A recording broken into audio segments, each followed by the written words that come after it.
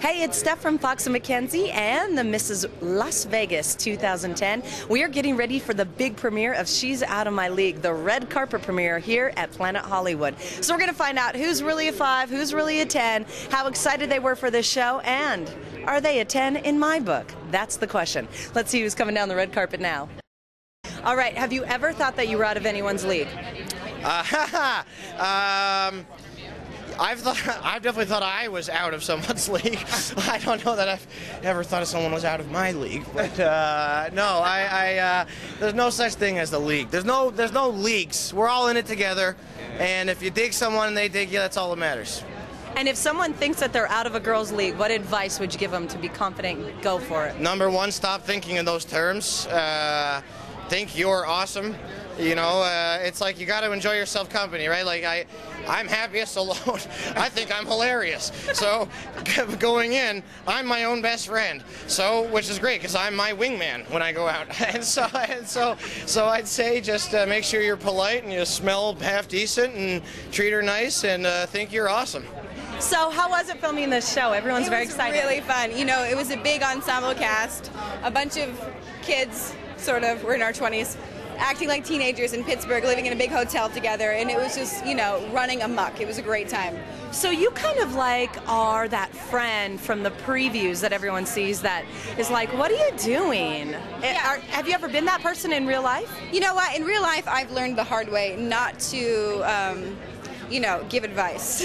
Really? So don't give advice? No, I think if you're going to tell your girlfriend that she's dating a jerk, she's not going to break up with him, and then you're going to be the oddball out. That's all there is to it. So keep it to yourself. Smile and nod. Even if they're ugly and really out of your league? Well, I don't think that, you know, dating somebody is like entirely based on looks. So, yeah, no, I think keep it to yourself.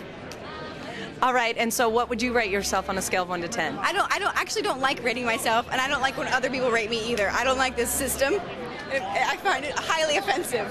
If there was a system, what would it be, though? Like, instead of numbers, would you be like, what? Well, you know, I think for women, it's about the full package. We like, you know, a sense of humor, manual labor, nice hands. Those things do add up, but not numerically on a scale. Do you think that as a missus that you ever become out of somebody's league? As a missus.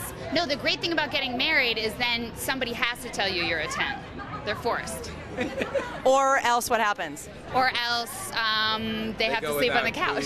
Yeah, food and water. I cut off their water. So when you guys film this movie, what do you think that people are going to take away from it? What do you want everyone to know? Like, is there really this possibility that people can be out of your league or not? No, the point is if you're in love, it doesn't matter who's a 10 and who's a 5 and who's a 1. Because when you're in love, everybody's a 10 to you, right?